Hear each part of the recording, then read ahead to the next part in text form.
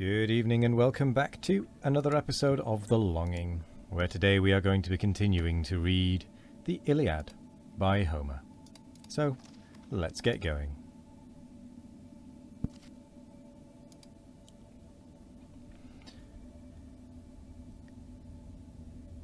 Sperchius, whose waves in mazy errors lost, delightful roll along my native coast, to whom we vainly vowed at our return these locks to fall and hecatombs to burn, full 50 rams to bleed in sacrifice, where to the day thy silver fountains rise, and where in shade of consecrated bowers thy altars stand, perfumed with native flowers. So vowed my father, but he vowed in vain, no more Achilles sees his native plain. In that vain hope these hairs no longer grow, Patroclus bears them to the shades below.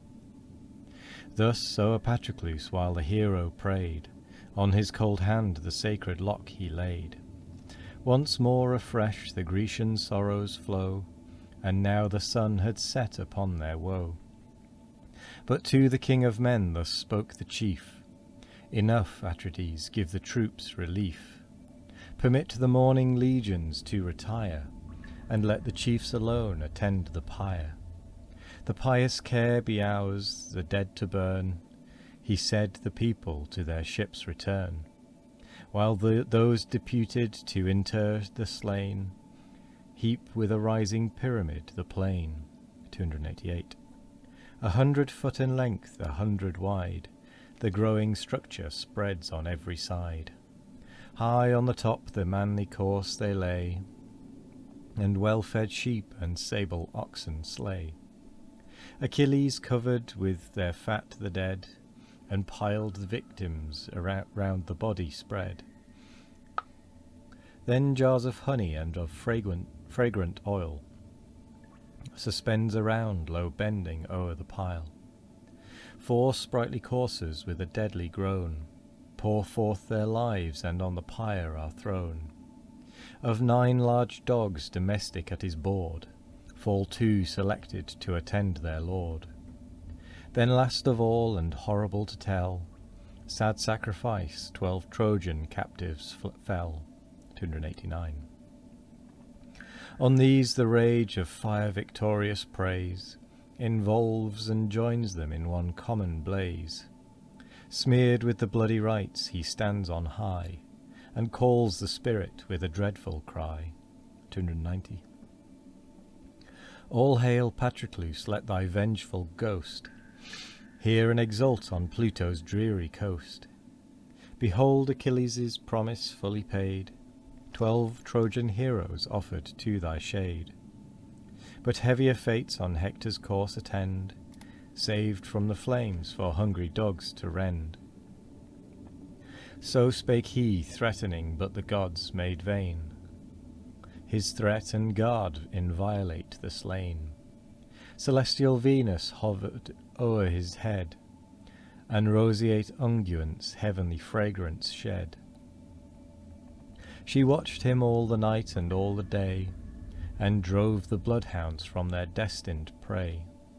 Nor sacred Phoebus less employed his care, he poured around a veil of gathered air, and kept the nerves undried, the flesh entire, against the solar beam and Syrian fire.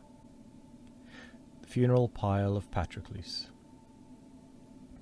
Nor yet the pile where dead Patroclus lies smokes, nor as yet the sullen flames arise.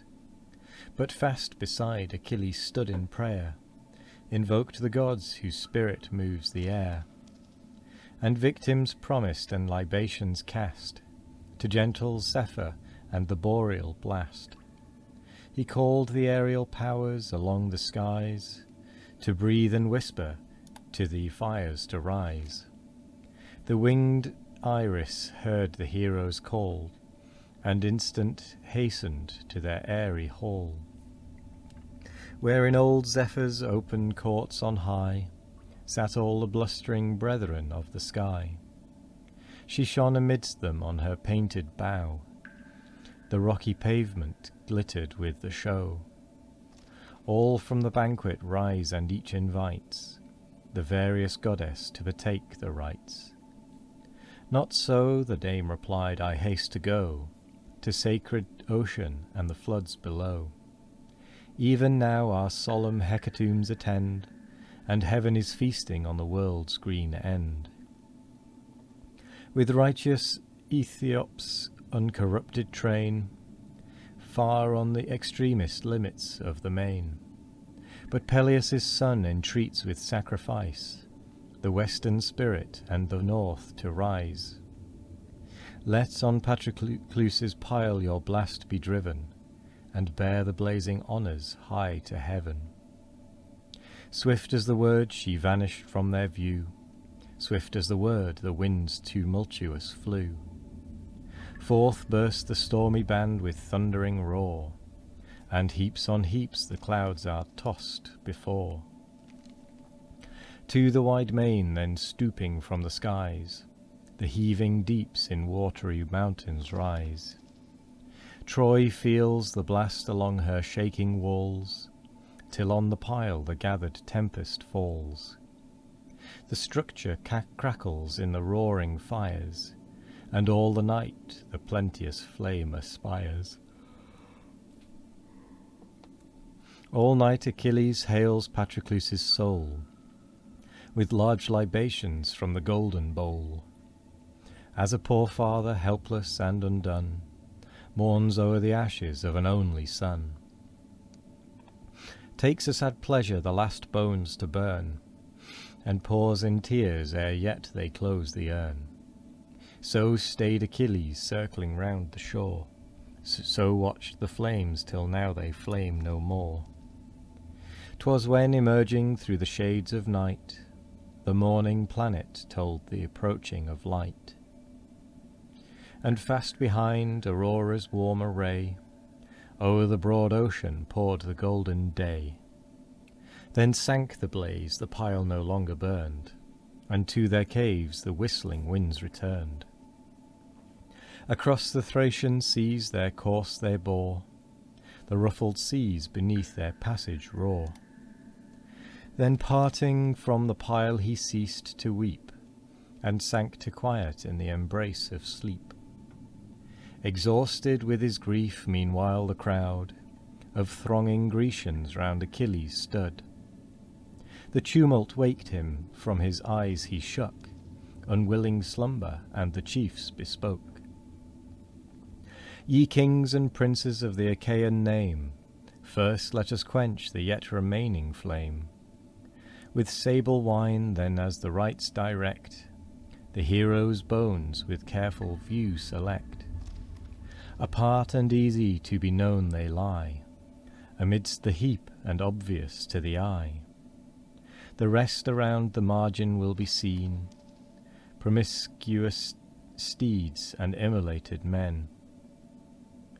These wrapped in double cauls of fat prepare, and in the golden vase dispose with care.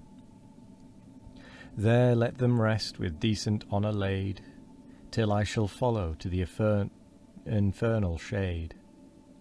Meantime erect the tomb with pious hands, a common structure on the humble sands. Hereafter Greece some nobler work may raise, and late posterity record our praise. The Greeks obey where yet the embers glow, wide o'er the pile the sable wine they throw, and deep subsides the ashy heap below. Next the white bones his sad companions place, with tears collected in the golden vase. The sacred relics to the tent they bore, the urn a veil of linen covered o'er. That done they bid the sepulchre aspire, and cast the deep foundations round the pyre. High in the midst they heap the swelling bed of rising earth, memorial of the dead. And with that we come to quite nicely to the end of the episode. So I will say the usual thank you very much for joining us today. I hope you all have a wonderful morning, evening, afternoon, or night. No matter what time of day it is, I hope you all have a wonderful one of it. And as always, we will be back tomorrow for more of The Longing. Goodbye.